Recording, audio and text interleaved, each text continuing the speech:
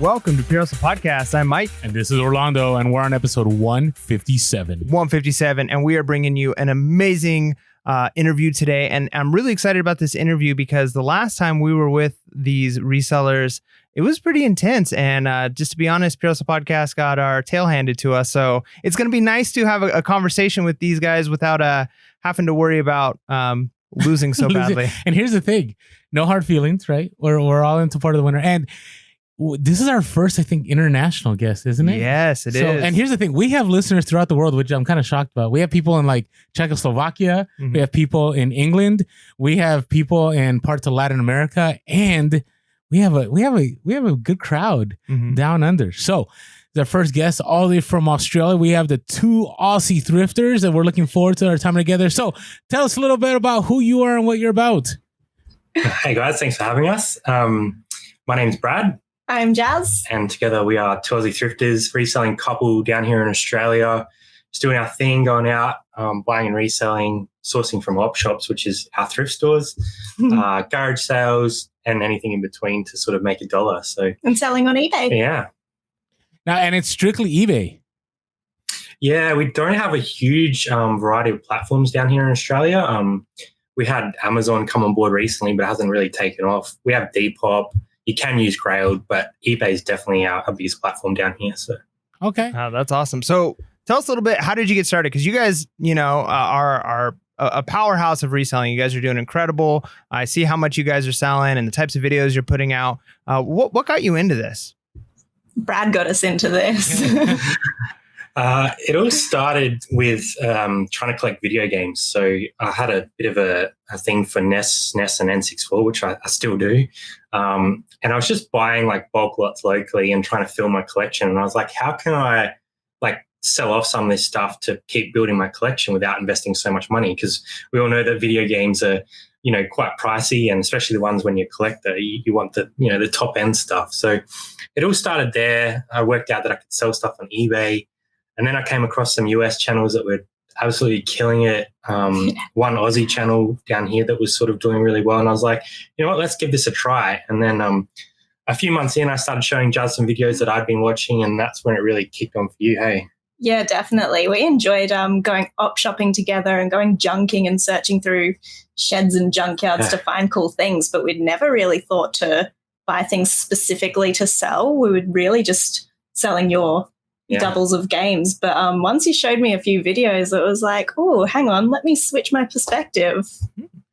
So how long ago was that? That wasn't too long ago, was it? We probably kicked off, it was September 2017, so it'll be 3 years coming up that we kicked it all off. We sort of only started with a couple $100 from selling that collection and sort of just built from there. So it's been an interesting journey, definitely. Okay, so I did some research. I always like doing research. Mike calls it stalking, but creeping on you guys. I like to see where people start, and I always like watching the first videos, right? Because it's okay. Listen, our first couple episodes of the podcast, we're like, should we re-record those? Like it's even our little intro video. At least you guys put your latest bulk buy as your intro video on YouTube. Ours, I think, is our very first video. Which no, it's not. It's a thrifting. It's still we got some work to do. Anyways, so don't feel bad now. On it, you had a massive in-call. So my question to you on that massive in-call, was that like your first big purchase? And then how did you get to a place of feeling comfortable about it? We'd done a couple little ones before that we sort of learnt from, I suppose, some successes and some failures. It's a good way to put it. We learnt from it. And for your education. Yeah, we sort of, that one was, we knew it was going to be a great deal off the bat. And there was a couple of Aussie channels popping up at that time. We're like, let's just give it a shot. Let's just throw it out there. Don't go back and watch that video because it's horrible. It's shot in the wrong angle. It's like the worst video ever. But the content of the video was so cool. We wanted to share it. We were excited about it. Yeah. So we're very lucky to come across that. It was a closing down ink store. They had to clear out their stock and we just went in with an offer and cleared them all out. So yeah, we've definitely done one or two before that, but that was definitely our most successful, and we're glad we could sort of start our journey on YouTube there as well. Yeah, we'd done some auctions and local pickups. I think we bought some books at auction, which were a bit slow to turn. Yeah. And we bought a lot of bras. Yeah. Oh, wow. which have also Okay. been turning, but we still have some. So they were real learning experiences. Yeah, it's always fun when something from like day one sells, right? Like when you get a sell 3 years later and you're like, oh, I remember buying that when I first started out. Like, I can't believe it's stuck around that long. Now, you mentioned, Jazz, about going junking and going and looking at people's sheds and stuff.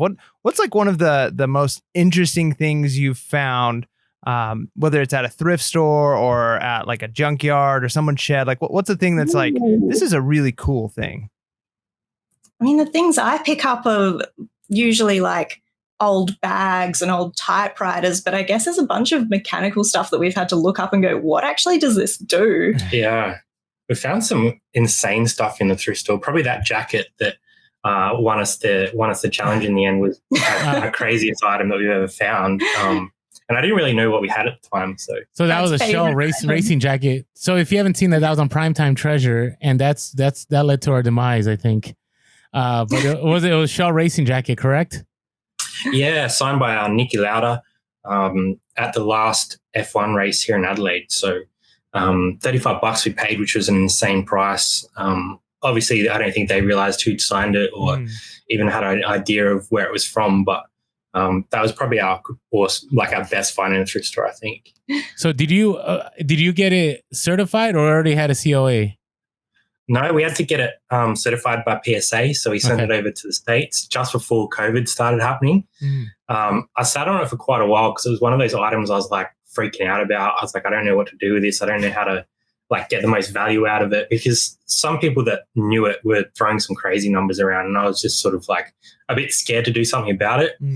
And then finally got courage to do it, and then COVID hit. So I was like, I'm never getting this jacket back. Like, this jacket's just going to float around in the ether for the next 6 months. That just lives in America now. It's theirs. But they were very good. They authenticated it pretty quickly, sent it back to us. I think they said they sent it, and we got it within 7 days, which was awesome. Oh, that's awesome. So what did it get valued at? Well, they just certified the signature. They didn't value it for us. Okay. But yeah, some of the numbers that people have been throwing out that sort of know that industry have, kind of shocked us. Like, I was expecting to get good money, but some people have been throwing around, well over 1,000 up to 2,000, even more on it. Wow. And to the right collector, something like that would be worth a lot of money. So yeah, it will depend if the right person is there at the right time. Yeah. Just don't go to Vegas to Gold and Silver Pond. Like that, you probably won't get your best dollar there. So, hey, okay, I want to run through a lexicon real quick, just for our ignorant American listeners, right? So, op shop is thrift store, right? Yep. Junking is just like dumpster diving, or just like going anywhere. Salvage yards. Yeah, salvage yards, more that sort of. So like salvage yard is recovered and stuff like that. What was that again? I'm sorry. So like tip shops, like rubbish disposal areas that have like reclaimed stuff before it's gone. Okay. The places like that where you can find like stuff that people have legitimately like tossed to the curb. I enjoy that. That's like the last stop before landfill, where they go, oh, hang on, we're going to pull this out of the rubbish truck. Nice. Interesting. Do we have those here? Do I not know? We don't specifically, at least not in our area. Now, I do know people who do junk removal, and they kind of on the side will like do little cells of like, hey, come look through my stuff before I take it to the landfill. So I'm sure that's kind of similar. So is that accessible to like the public? Like, you just show up and I want to look through your rubbish? It's more like it gets collected on the curbside and then taken to like the tip, which is where all the rubbish goes. So the actual facility and then have a store. Yeah, some of them have stores. Not many of them. We've only got about 2 or 3 here in Adelaide. And they do know how to charge, which is quite crazy considering it's being thrown out. Yeah, they're fun to sort through because you find all sorts of gems. It's where you find things that you're like, I don't even know what this does. Yeah.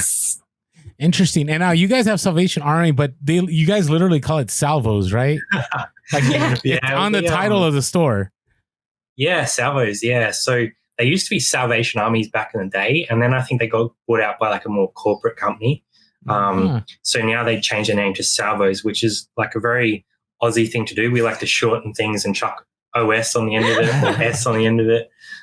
So same with like St. Vincent de Paul, we call Vinnies.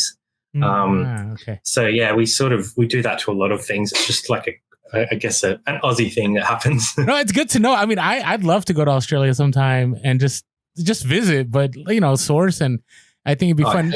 Now, thrifting, is this is still called thrifting, reselling, all the same terms? We've started saying it, and I think it's because we all consume a lot of American content. So yeah, Australia is sort of very early on in their growth in the reseller space. I think, I think there's probably, I don't know, maybe 20 or 25 active like YouTube channels in Australia.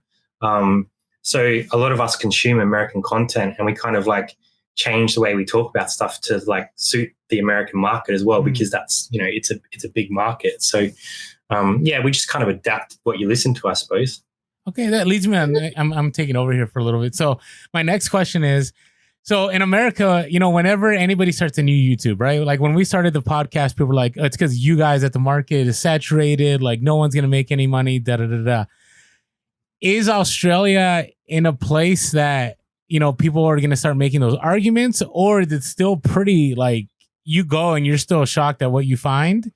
Or is it, is there kind of some resistance to you guys?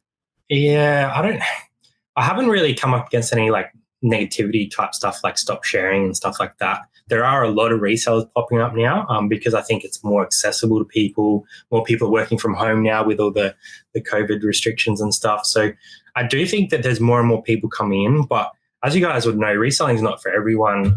You might try it out, and then 6 months down the track, you work out, it's a lot of work. You put in a lot of hours to get money back. So I'm not really concerned in terms of it being oversaturated. We're quite lucky where we are. We have a lot of thrift stores or op shops. So I think there's always opportunities. And you guys are in America, like there's so many resellers in America. Like you would come against a lot more competition than potentially we do. Yeah, sure. But even then, I mean, we get those arguments all the time. Like you said, it's not for everybody. And at the same time, there is so much. I mean, I could source 24 hours a day if I wanted to, whether it's online, going to thrift stores, going to garage and estate sales, just same as you guys. So that's great. So you guys deal a lot with vintage stuff. You guys don't do a lot of retail arbitrage. We would like to, but the opportunities don't seem as accessible as in the US. We don't have anything where we could consistently go and get really good RA scores. Yeah, we don't have like any like TJ Maxx in our area or Ross or anything like that. We actually have a TK Maxx, I think, coming to Adelaide soon, which will be cool. We'll test it out. We don't really have too many like outlets or anything like that are like really consistent with their sales. So we've tried it a few times and done okay, but it's definitely not as accessible in Australia as it is currently in the US. If you get a good score, it's like hard not to tell everyone about it. Like, I can't believe this happened. Nice. Yeah. Nice. Cool. So what is you started off with video games and that kind of being like, personal collection, you wanted to grow into that. And then now you've obviously got a much larger operation going. So what is your current like day-to-day operation look like? What types of things are you buying and selling? And, what does your model look like? Well, when we're going out op shopping and thrifting, we're picking up a lot of clothes, shoes, hard goods, a lot more one-off items. But then we also enjoy buying bulk. We recently bought a lot of video games. So nice. We have a really big blend, and we do like to keep our store pretty stocked with a range so that we're not niched down to one thing, because when something goes a bit slower, something else might be picking up. And I think in Australia, like our market's only 25 to 28 million, like maximum people that live in Australia. And then, you can sell overseas, but then you got postage and stuff, which sort of knocks a few buyers on the head. So I think you kind of have to have a bigger range to drag in enough customer to sort of keep your store rolling, I suppose. We keep it diverse. Yeah. Nice. That's great. That's like a pro tip right there. We talk about that on the podcast a lot, is diversifying and being in a lot of different niches. So in case something goes wrong, or like you said, one area might be going down, but another is coming up, and you can kind of capitalize on that. And also it gives you the freedom to pivot and know when you're at a thrift store or an op shop, like you're not just narrowly looking at one specific thing. You can kind of see profit everywhere. So that's awesome. When you sell, are you looking to like hold on and get max dollar for the items, and even if it takes you like a year to sell it, or are you looking to get items in and get it out as quickly as possible? A combo again. We have a lot of longer tail items, some clothing, some things that we know the value of that maybe the right buyer hasn't come along yet, but we also accept a lot of offers and keep a lot moving through as well. Yeah, I think you do have to have like a good mix. Like we've definitely sort of adjusted our model as we've gone to sort of, we like to sell stuff around that $45 to $50 average sale price, but we'll have those, $10 to $25 items that sort of tick over bread and butter all the time as well. So And they create activity. yeah, definitely. So when you say you go to op shops and you go sourcing, but you're doing the big bulk buys, do you feel that you're going to move more towards bulk buys as you scale, right? Because you guys have scaled, and I looked at your numbers, I went through the very beginning of your Instagram, right? And you guys were hitting like 1,000, over 60 days, and then it went to the 90 days. And we had talked before the podcast, you're kind of, and it all depends on your cost of goods and all that, but it looks like you're running almost full-time numbers, right? And Brad, you're working, and Jazz just recently went full-time. Yeah. Do you see yourself moving more into the bulk because of scaling, or do you see yourself doing still a mix of both? I think we'll always go op shopping or thrifting because we kind of enjoy that. I think the bulk buys have really allowed us to scale to where we are now, and obviously we still have some scaling to do to make it a full-time job for both of us. But I do enjoy buying in bulk because that's when, like, you're cutting out the sourcing time. Like, that games lot that we got, that's going to last us a very long time in terms of listings. So it kind of cuts out all that time of going and finding the stuff. Yeah, you might not make 10x like you would from a thrift store and op shop, but you've cut out a huge chunk of time trying to find it. So I do enjoy bulk buys. Obviously, they're not always available, especially here in Australia. Like, we've probably done 5 or 6 decent ones through that sort of 3-year period. So when we come across them, we'll jump on them, but it's just coming across the money. And we also just enjoy the hunt. Yeah. Oh, yeah. So what are you looking for as far as ROI when it comes to those bulk buys? Is it 30%, 50%? Do you want to double your money? Obviously, you always want to make as much. Okay. Yeah. What we want. Okay. But what is the expectation? Yeah. So when I'm looking at the game lot, like, I knew that quickly a lot of that stuff turns over fast. Okay. As soon as I can get it up, I'm likely to get some decent sales, which we've sort of already seen. So on that deal, I was looking for at least doubling up on my money, which you're not always going to do in that sort of circumstance. But on that stuff, I knew how much was there. The guy that we're dealing with was quite reasonable in his pricing in the end. So, yeah, I'm always looking to double my money, but there's been some deals where we've gone in for less than that, where we knew it was going to be really fast turnover and less stock. Because we have to hold a lot of that stock and list it, I wanted a little bit better ROI for sure. So, okay. So I know you have a full YouTube, so you don't have to share everything because I want to drive people more to watch your YouTube video because it's awesome. What are one or two, I mean, you could share the Famicom again, but what are some 1 or 2 like awesome finds out of that lot that you weren't expecting? Or did you know everything ahead of time? I had a pretty good idea. Like, the guys that were helping us out took photos of like every box before we purchased it, so we knew what we were getting. Okay. But obviously there's sort of stuff like hidden under stuff and stuff that you don't really think's worth money until you look at it. And one thing that Jazz found yesterday, you can probably talk about because you actually shocked me, the Zelda stuff that you found. Oh. Yeah, so Jazz found this really cool item and she was showing me some comps and I was just like, no, that can't be right. Like, that's too much. But it was real. So yeah. So I guess another favorite thing about bulk buys is that it kind of forces you to learn new things. And something I know nothing about is trading cards. Huh. So one of the boxes, it kind of had leftovers in it. It didn't seem like a high value box that I was sorting through. But one of the things was a full set of 2007 Zelda Twilight Princess trading cards, plus 3 of the really rare ones. And we were absolutely blown away by the prices that these cards go for. Yeah. So I think the gold foils were selling for about $130 up to $200 each. $100 each. And we had 3 of those. So that's $400 or $500 on its own. With the set. And then we had the set, which was sort of selling for around $200. So we just chucked the whole thing together for $699. And we'll just see. We'll see and, what happens. If someone offers us, $500, we're going to take it because it was a $4 item like everything else in the lot. So we've learned something. Yeah. Yeah, no, that's key. I mean, the fact that you're like you said, I think that's, again, a pro tip. And that's one thing I want, when our listeners listen to this, there's so much that they take away. Because, I mean, many of our listeners obviously aren't in Australia. They can't necessarily connect with all of you can't say, go to this store, you're going to find this. But something like do a bulk buy and it forces you to learn, right? Because when you go to a thrift store, you go to a garage sale, you're looking at something and you know whether or not you want to buy it. When you do a bulk buy, you've got a box, it's already yours. Now you have to do the research, right? And so now next time you're out and about, you see something similar, you've already expanded your knowledge in that. What are some of the others? So you did that game bulk buy and the ink bulk buy. What are some of the other bulk buys that you've done?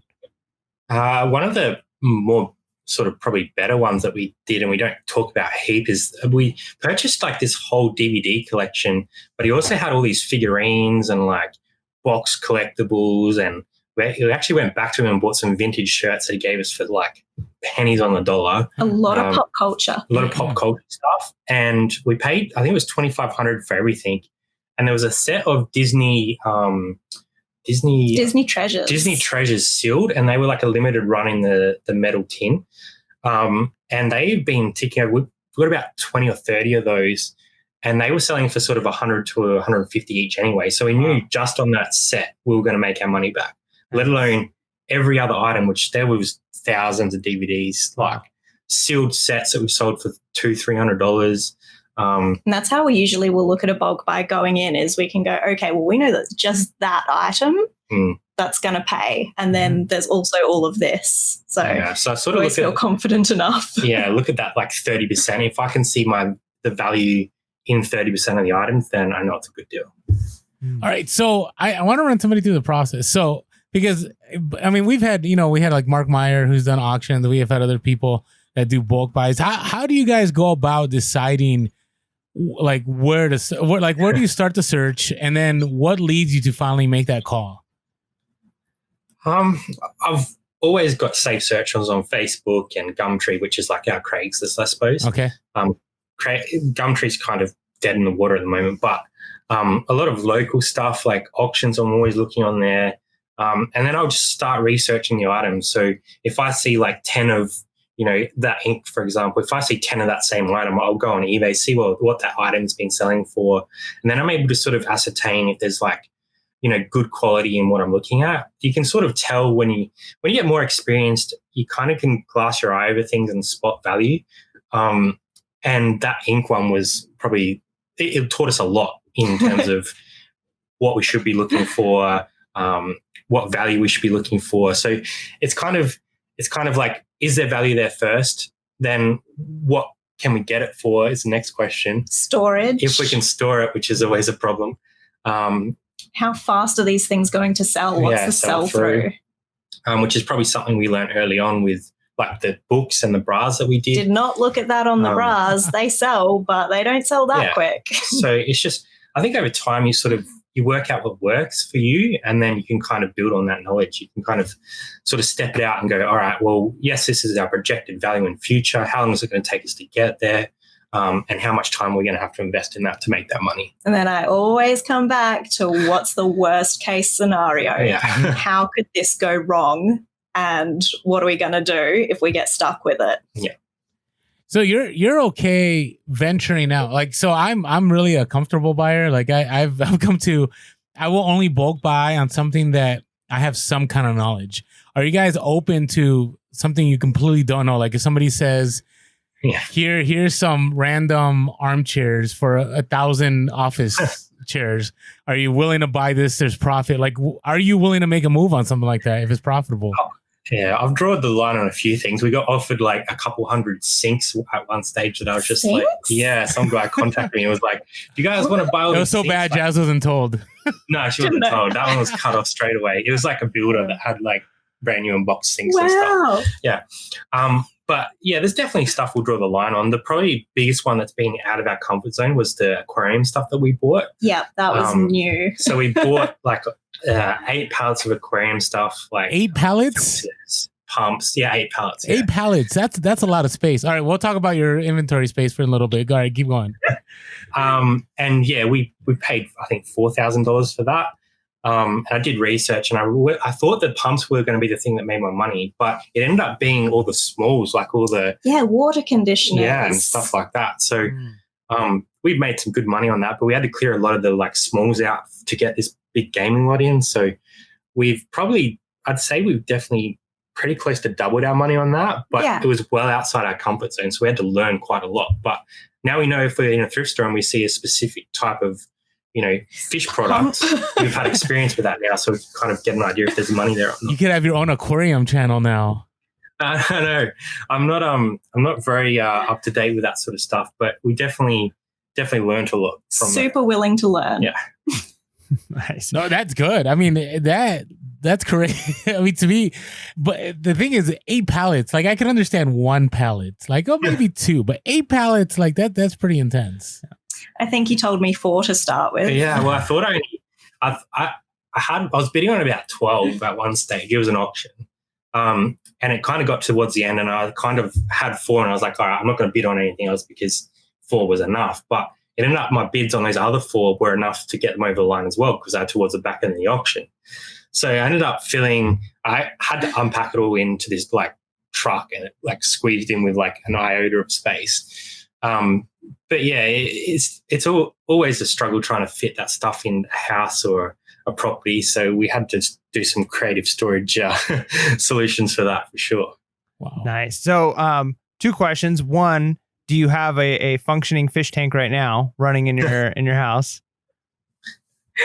We do not, and that is because we have a cat who would enjoy it far too much. Nice. We had to section her off in the back of the house, because a lot of the time she'll come up when we're live and just like sit in front of the camera or like purr into the microphone, and we're like, oh, we can't have this when we're going on you guys' channel. So she's chilling in the back area of the house at the moment. Nice. All right. Well, so then that makes sense. Then the other thing is, do you keep anything? Like, are there certain things that while you're out and you buy it specifically for resale, maybe in a bulk buy, and you're like, you know what, this stuff, it's mine, I'm keeping it? And if so, like, what are those things? We're usually pretty good. Like, I have put a couple things aside from the bulk video game lot that we did as part of my collection. And if Jazz finds a nice jacket or a pair of jeans that she wants for I did herself, pinch a pair of jeans this week. Then that's okay. Like, you sort of factor that into your model when you go outsourcing. You're buying it for $5 to $10 to $15, and you know that you can sell it for 50 or 60. So if you're taking one item, you're not really cutting yourself out of the market too much. You're doing okay. Average out your cost of goods. That's right. Oh, that's good. All right. So obviously you guys work as a team. What are the advantages and disadvantages of working as a team? Ooh. Advantages are easy because we're getting twice the work done. Okay. Luckily we're good at different things. Yeah. So we complement each other quite a lot. Yeah. So are you guys like in the zone when you're working, or you guys get caught up in conversation and you're like, where did the hours go? Most of the time we're pretty much in a zone. Like, Jazzy smashes out the photos. She's really good at making the photos pop. I'm better at like drafting and understanding the market on items. So we kind of complement each other in that way. And yeah, occasionally everyone gets distracted when they're listing and stuff. But I think overall, when we get in that zone, we can smash through quite a lot. Yeah. All right. What about disadvantages? Oh, no. We spoke about this last night because I guess most of the time we work quite well. Oh, yeah. together. We might have caused some strife. I didn't even think about that. I'm sorry. No, not at all. Not at all. You always, when you're working around your partner, a lot of time, and I'm working from home now with my job, you get in each other's way, you have differences of opinions. And when you're outlaying big sums of money on bulk lots, obviously there's that added stress and that added complication. So I think 95% of the time we work quite well together. It's that 5% of the time where we frustrate each other because of, all the other pressures that we have outside of reselling as well. I think you just naturally have those moments in your life where you're like, I don't have time to think about that. I need some space or whatever it is to yourself. So do you know what? That doesn't happen very often. I'm pretty impressed. Yeah, we do all right. No, that's good. I mean, you could tell there's a lot of chemistry there. You guys obviously have a good thing going. That's awesome.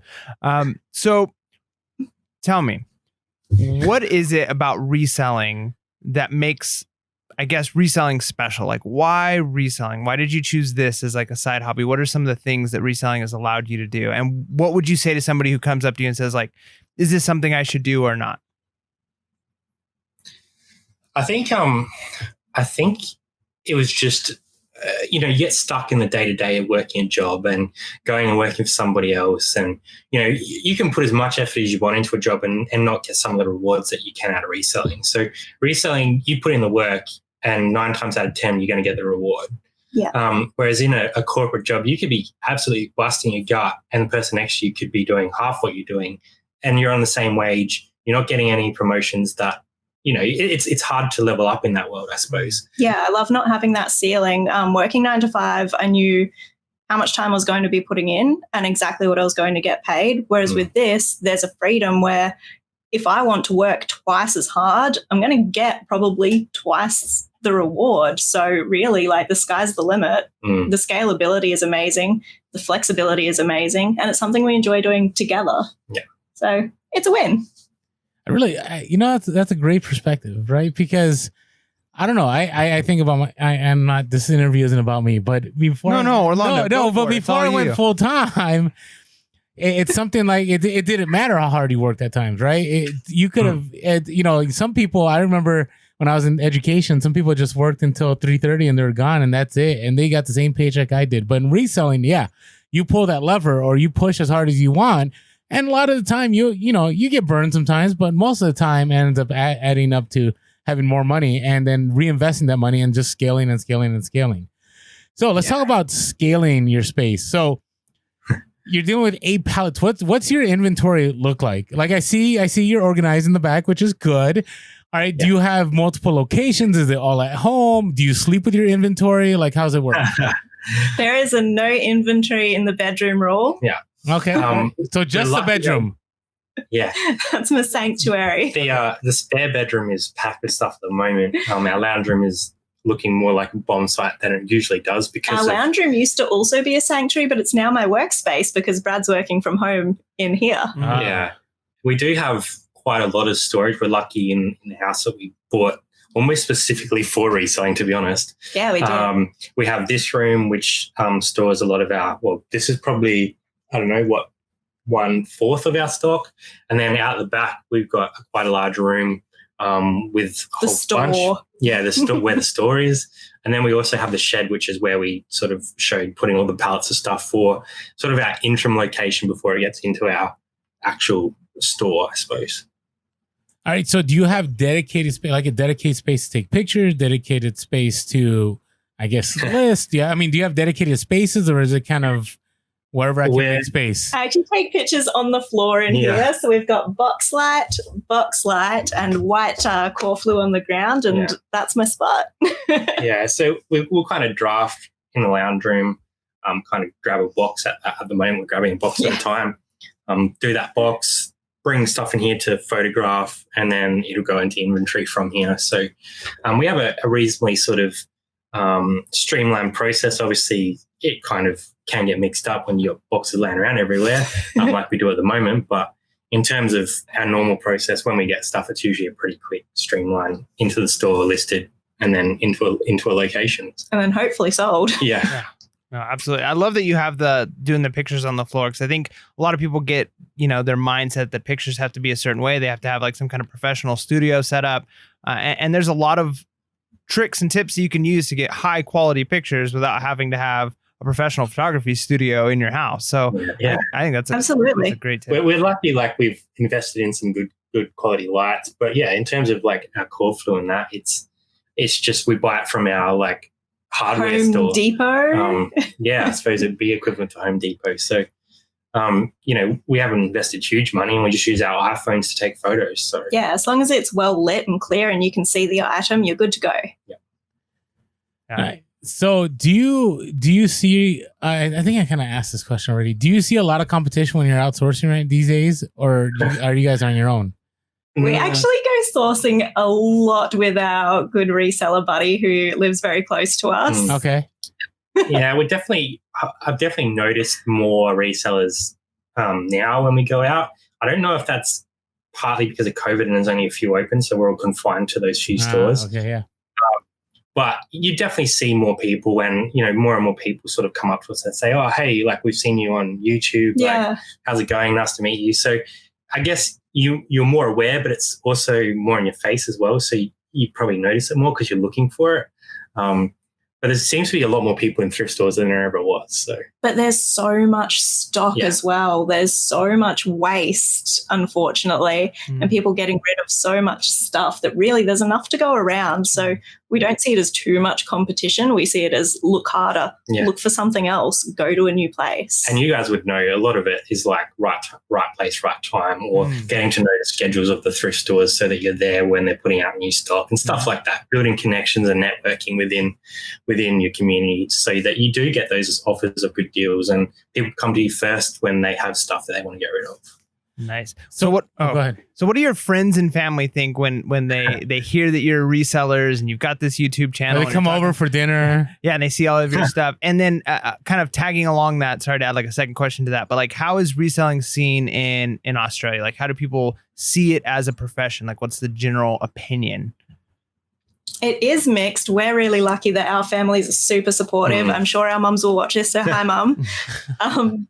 Our friends are interested in it. They're always kind of surprised when we say we just, spent $20,000 on video games. It's a good conversation starter. Taken seriously as like a job. People always say, do you have a real job? Yeah.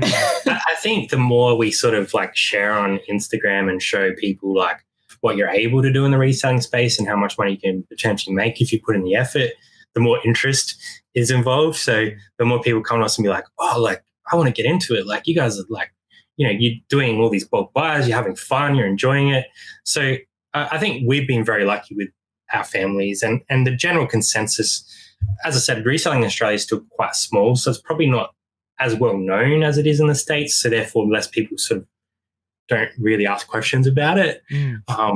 But I've only sort of had one or two people that are like a bit funny about it, but generally people are like more questioning, like, oh, how did we get involved? Like, what do we need to do to learn? Like, asking stuff about posting internationally and just stuff about learning, more inquisitive questions rather than negative.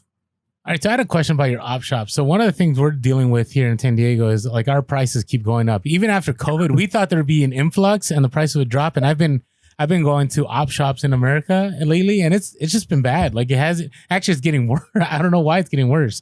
So do you guys have the same scenario happening over there, just as thrifting is becoming more popular? Yeah, and definitely. Give us some examples. Yeah, we've definitely noticed it. Even over the last 3 years, like. When we first started, we were picking up sort of jeans for that sort of, and AUD to US is always hard to convert, but around that $8 Australian, which is, I don't know, probably like $6 US or something like that. Okay. Now we're sort of struggling to get them for like 10 to 15. So it's sort of like, it's kind of pushing its way up to that point where it's becoming harder to get those more viable items, but you just have to find new ways of getting stuff and sort of hit more places to get what you used to be able to get, sort of thing. So I've definitely seen an increase, but again, it's about, we've developed relationships within op shops where managers will give us a little bit of a discount if we're buying, 20 or 30 items at a time because they know they're clearing it. They know people aren't stealing it off the shelves because it's good quality stuff. So I think it's all about networking in the end. And I think that some of the reason that prices have gone up is maybe because op shopping is more popular or because reselling is becoming more visible. But mostly I think it's because they've actually changed their structure and they're less run by volunteers and they're more staff. Yeah, they're more there to actually make a profit and to pay their regular staff. So it's a whole combination. It is frustrating at times though when it is. You go into an op shop and you see something, you're like, oh, that's awesome. Then you look at pricing, you're like, I couldn't even get that on eBay. Like, yeah. Do they do the eBay like listing? Like you print out the eBay listing next to the item? Yeah. There's a few that we've been into where they've had that, and it's kind of like, oh, we're playing this game. Like when you're on eBay, like it's a different buyer to a person walking into an op shop. Like it's a different market, and I don't think that all of them understand that. And yeah, I don't know. If I was running an op shop, I'd be wanting to turn that stock quickly because it's secondhand. It's seeing that you've got it for pretty much nothing in most cases. Yeah, you've got some overheads, but I think they're definitely pushing the boundaries of what's kind of achievable we would definitely be spending more money with them if it was more affordable. Yeah, and I'm pretty blunt when I go to the op shops here or the thrift stores. Like I remember there was a Mickey Mouse jacket that they were trying to sell for $350, and it was a nice leather Disney jacket. And then I looked it up, and the guy looks at me, goes, "Here," because he knows me. I knew the manager. He goes, "Orlando, I'll give this to you for $100 less." And I'm like, "No, man. Like it's only going for $100." And he's like, "No, how about $200?" I'm like, "No, like I'm only gonna get $100." But here's the thing: somebody now is selling that same jacket on Facebook for $500. So I'm wondering if this person bought it from that store, thought it was high value, went back home, and now they're listening. Now they're gonna be stuck with the jacket for a long time. So yeah, it's a very and that's maybe they widened their buyers, but still, that's a great point. Like thrift stores need to understand that there's only so many people that are gonna see a certain item every day in comparison to eBay, where it's billions. Customer's not going to spend that $350 on a jacket. Like it's going to be a reseller in general, right? That will buy those higher end items because they know that what they can get for it. So it's a hard one because you understand that they have bills to pay, but a lot of the time when they do those eBay prices, they're only looking at listed and they're going off the highest one, not the actual solds. Like it's not relevant. It's not what the market's actually saying that item's worth. Yeah, they just don't have an actual understanding of how eBay works. Same things when I go to garage sales all the time and I see that, and sometimes I just have the conversation because I do want to a bunch of things together. Usually I just walk away if I see an eBay listing, but or they'll just tell me, those sell for whatever on eBay, and you could show them like, well, there's some listed for that, but they do sell significantly lower than that, and just people don't have that understanding of what it's listed for versus what it can actually sell for.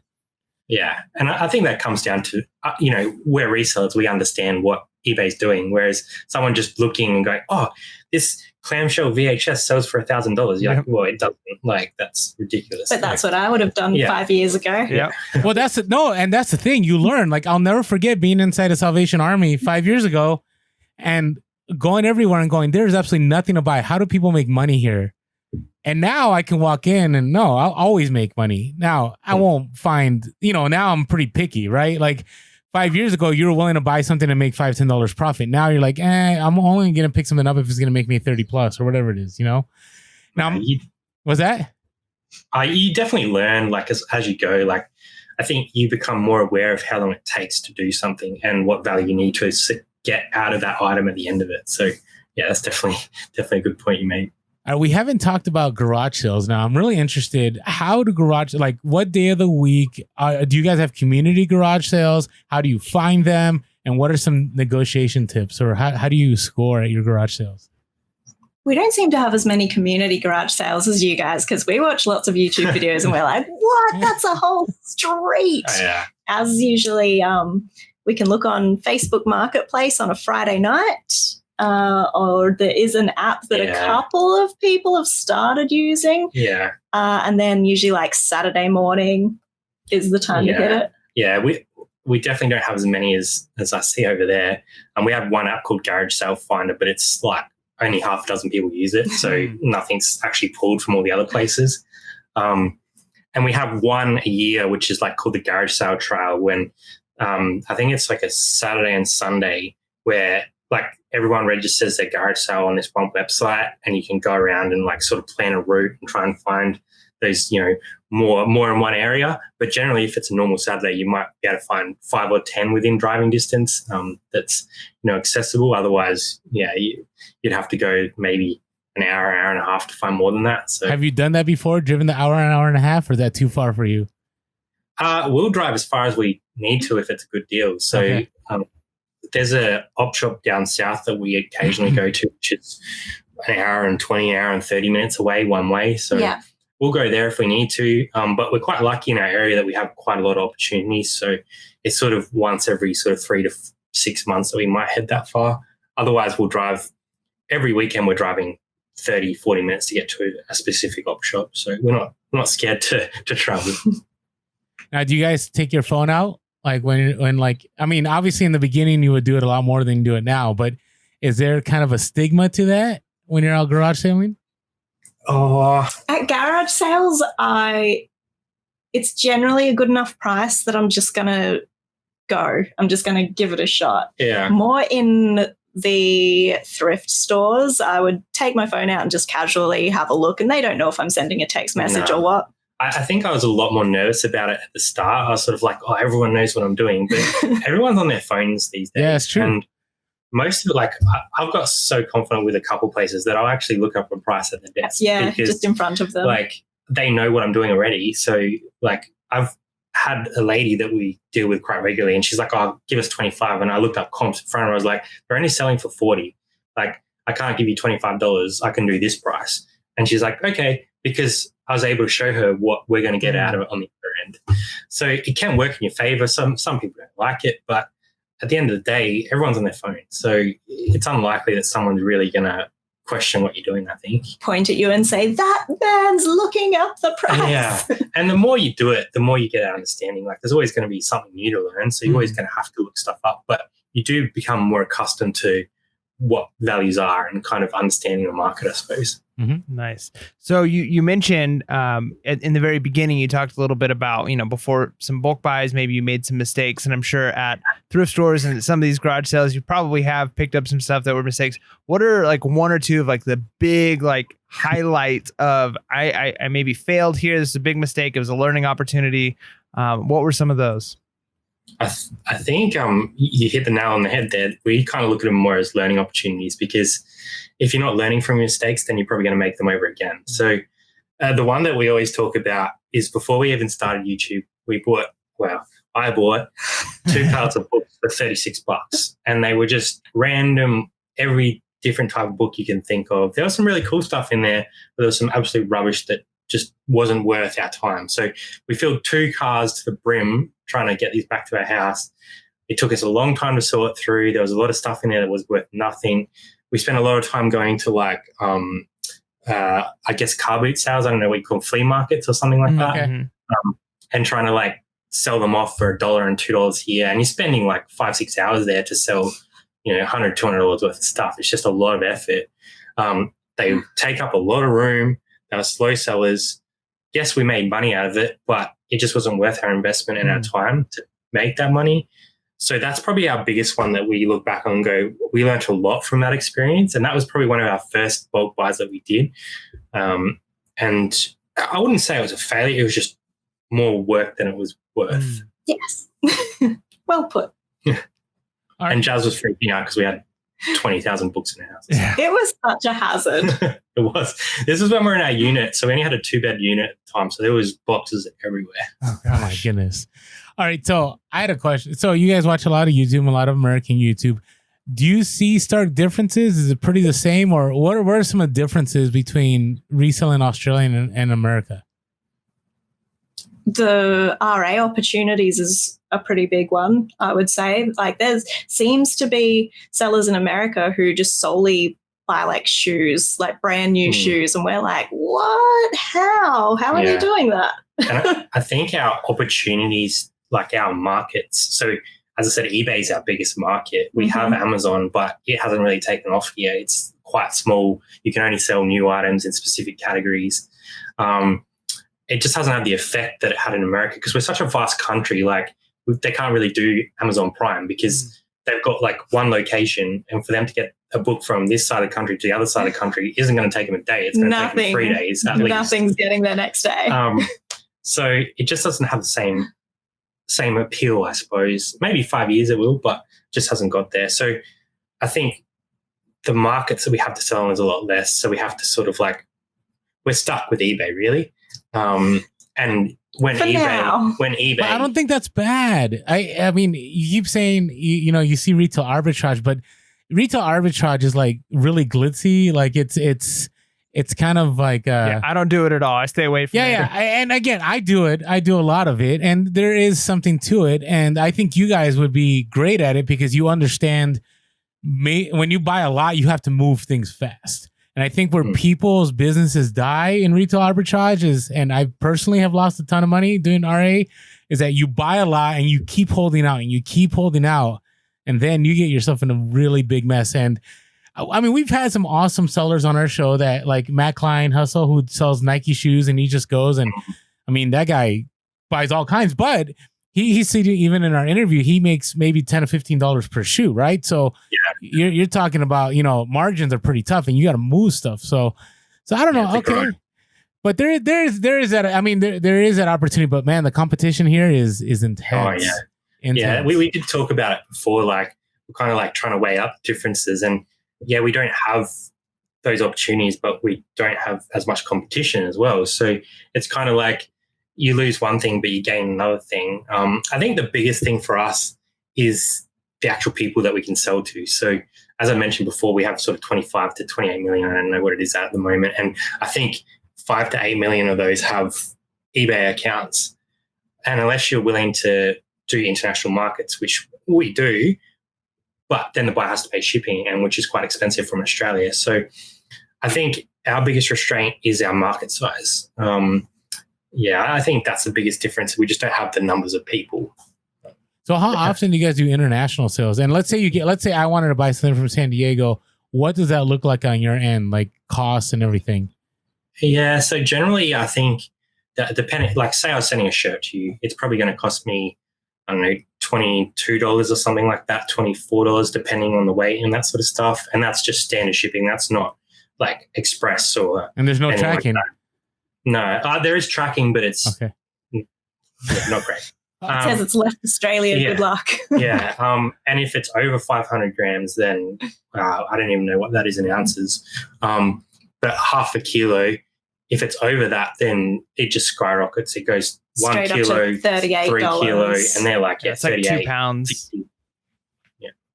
So I guess our US customers, they usually get a good conversion rate though. So they're getting a better deal, but then they're paying a huge chunk on post and they're waiting for it. So usually they can find that in America. We have to have a really cool, really unique item for them to come to us.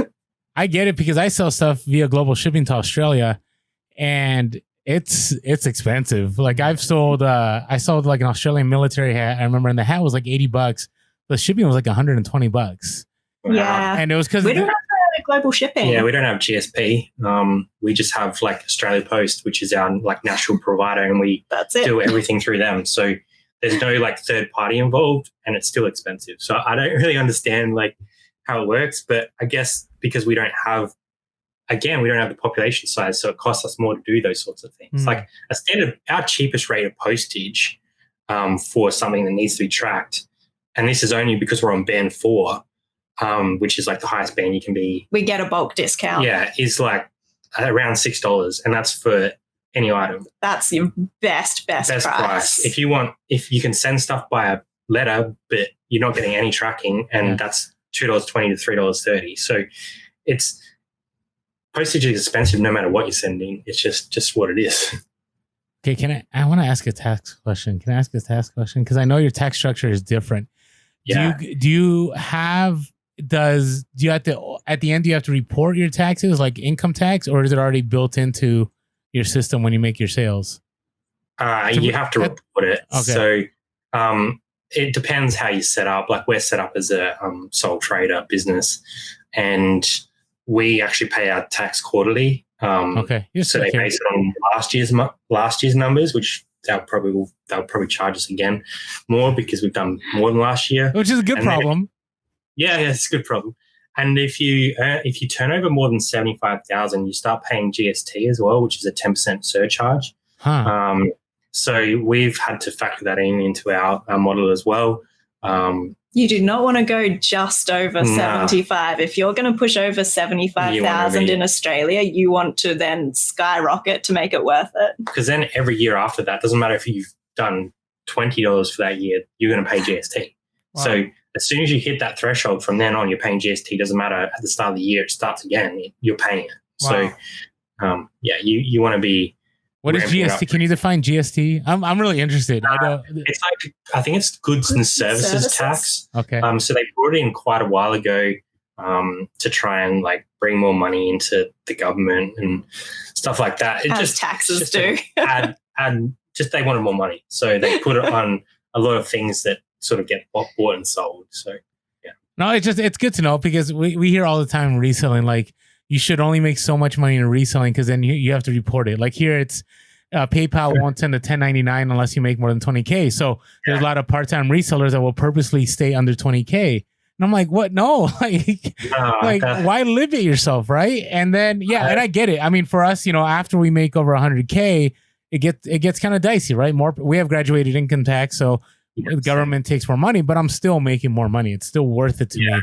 But you're right. Why would you give away 60 cents to pay 30 cents? Do you know what I mean? Like, you're making more, so you can afford to pay more. Like, we have had that said to us, like, make sure you don't go over that 75. And we just said, well, if we're not only, it was a big number for us, but we said if that's our gross that we're going to do every year, then that net profit, that is not going to pay our mortgage and replace both of our incomes. So no way, we're shooting for the stars. Yeah.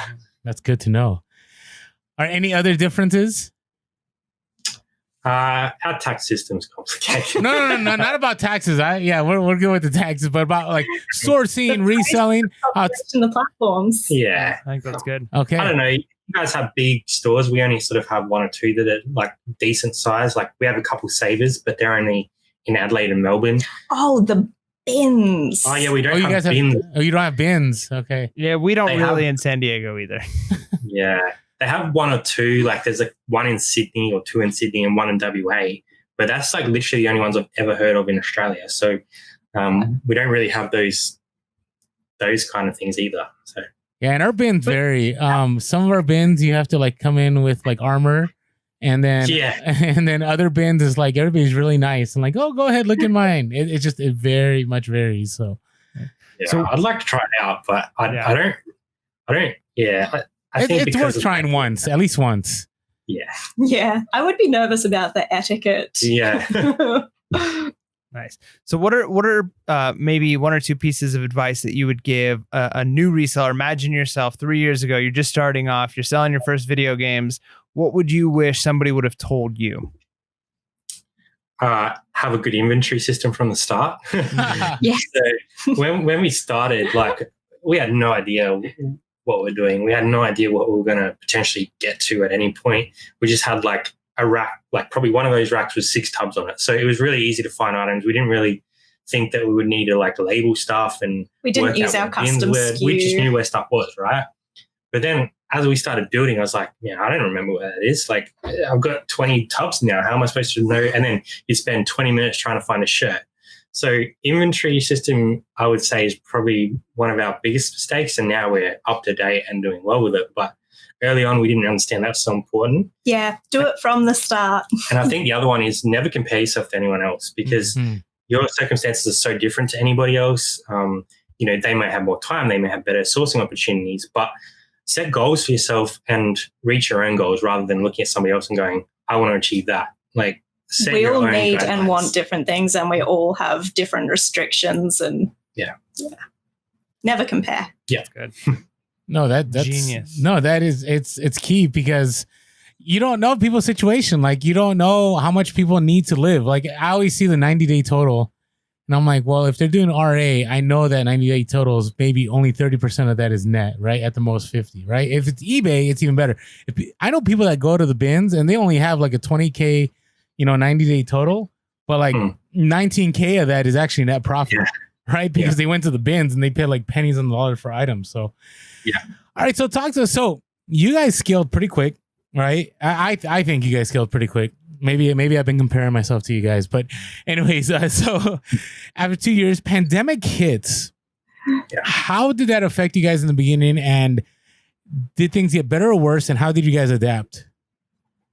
I think adapt is the key word. We went into it thinking, let's make an active decision to be positive, to adapt, to find ways and make this an opportunity rather than just throw our hands up in the air. So we were lucky that we did have some death pile, but we ran out. So we kind of, we looked at it, what we needed to get done as well. And all those things that you put off, like inventory, stock take. And we made a conscious decision to make sure we did those things in this time when we can't go outsourcing. We looked at other opportunities outside our normal to make sure that we were still bringing stuff in. In terms of sales, though, like these have probably been our best 3 months. Because, Jazzy's now full time. and we're listing a lot more and better stuff, but also because more people are home buying. So we said that in our last what sold video, because I think you have to take all these factors into consideration when you put out those sort of videos, because it's easy to just say, oh, we made this amount of money. But if you haven't talked about why that happened, then it's not really relevant. What's the point? So yeah, it's definitely helped us in terms of sales, but we've had to change a lot of things in terms of sourcing to be able to sustain those numbers. Yeah, well, with all the op shops closed, we actually found ourselves saving money that we would usually be spending every weekend on new stock, which is how we probably ended up with enough money to go ahead and buy a massive bulk lot, which will now see us through for however long. Yeah. That's awesome. Well, that is awesome. And obviously in a time like this, the pandemic, it's difficult to tell, where this is going to go and how it's the long-term impacts this is going to have. But that being said, especially because, a lot of times we talk to resellers who've been doing this for 10, 20 years, and we could say where do you see the future going? But it's kind of nice. I mean, I'm relatively new. I've only been reselling for a couple of years. You guys have been reselling for a few years. So where do you see, based off of your current experience with reselling, where do you see reselling going in the next 5, 10, 20 years? It's a really interesting question. Yeah, especially here. I do think in Australia is what we know, obviously. Amazon, I think, will take a bit more of a hold over here. I think it's just going to take time. Australians don't generally like change, so it takes us a long time to sort of embrace something like that. Yeah. And it's going to take them time to get a foothold. So I think Amazon will be a big one. I think this Facebook talk about Facebook shops and what's potentially going to happen there could potentially move a lot of the market to that sort of platform, but I think there still needs to be some work done there. I think we will see more platforms. Even platforms like Mercari seem to be looking at branching out. We don't know whether they will look into Australia or not, but in some form or another, maybe something we have no idea about yet. Yeah. I think we will end up with more platforms over the next kind of 5 to 10 years probably. And I think Australia has been sort of stuck in brick and mortar for quite a long time. Yeah. Whereas I think this, as bad as it's been, has probably pushed a lot of stuff online. And I think a lot of businesses will start moving online, which, some people might say, it's going to flood the online market, but it's going to bring a lot more people to online shopping as well. So I can only see that being a benefit long term.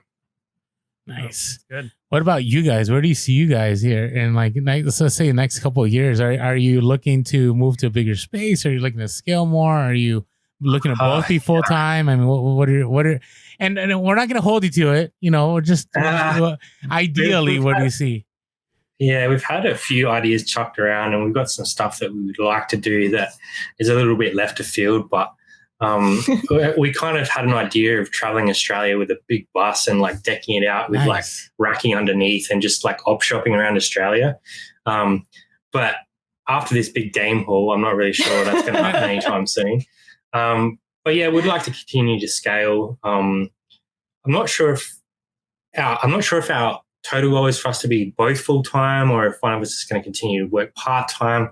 But we'd definitely like to cut back in the time I spend in a day job for sure. Yeah. Replace our incomes and just keep growing really. Like we sort of said before, the sky's the limit for us. We're not sort of saying, we want to get to 200K in a year and that's it. I think setting those hard caps is dangerous, because then you hit them and you just relax.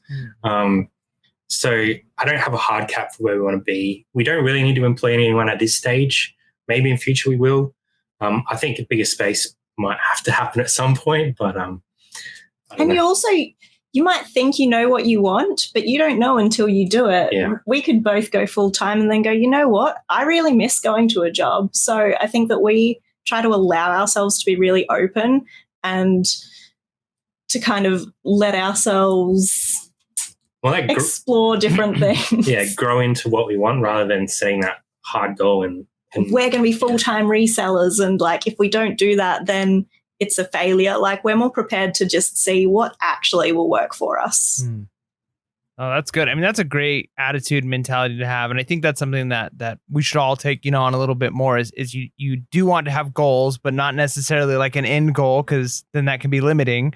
And then too, just being willing to be flexible and adapt, because who knows where life's going to take you. And I think that's one of the beautiful things about reselling is it kind of opens up those doors and allows for more flexibility, where you can say, hey, I want to work a little harder. I want to work, maybe scale back a little bit, or, I want to quit the day job, or maybe I want to go part-time day job just so I have change of scenery. So, but I love how you're willing to go back, because I feel in the reselling community, the longer I've been in it, it's like the walk of shame if you ever go back. It's like once you go full time, like if you do anything else, like you're a sellout, like you gave up on the game. I'm serious. I feel it more the longer I've been full. Now I don't plan on going back anytime soon. The longer I'm doing this, the more I want to do this forever. Yeah, just because I love the independence, the freedom. I don't answer anybody. I get to grow a beard. It's all a win.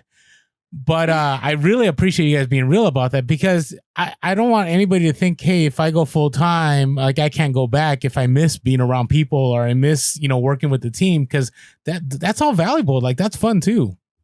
Yeah, I think we don't want to close any doors for ourselves. Yeah, and I think once you're reselling and you've got that as a backup, you can be more picky with what you go back to. So when you don't have a side hustle, you kind of, we all get stuck in taking a job that pays us money, right? Mm-hmm. Like because we need money. But if you have side hustle, you can kind of be like, well, you know what? I only want to go back to work 2 days a week, so I'm going to find a job that suits that. Or I only want to work 1 day a week. Like you can be more picky because you already have an income. Or I was just made redundant and in a pandemic, so I could have been in a really stressful situation, been scrambling to get work that I didn't want to do, put myself at risk. I could have been on welfare. So once you've got something behind you like this, then it really allows you so much more flexibility. Yeah, that's awesome. So Mike do you want to drop your question? Yeah. So you've already answered kind of reseller focus. So what advice would you give a reseller? I like to ask the people that we have on the show, especially because you guys everybody we've had on comes from different backgrounds, different life experiences, have found success in various ways.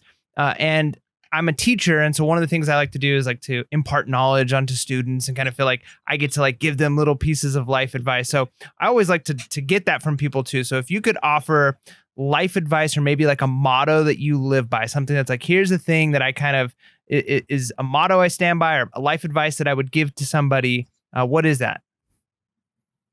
Yeah, we don't put that in the questions. Mike keeps wanting me to, but I like the on the spot. He just likes to drop it on people. Yeah, I think like we sort of said adapt a few times. Like your life changes so much, like when you're young and then when you sort of get to that middle age, life changes, things happen.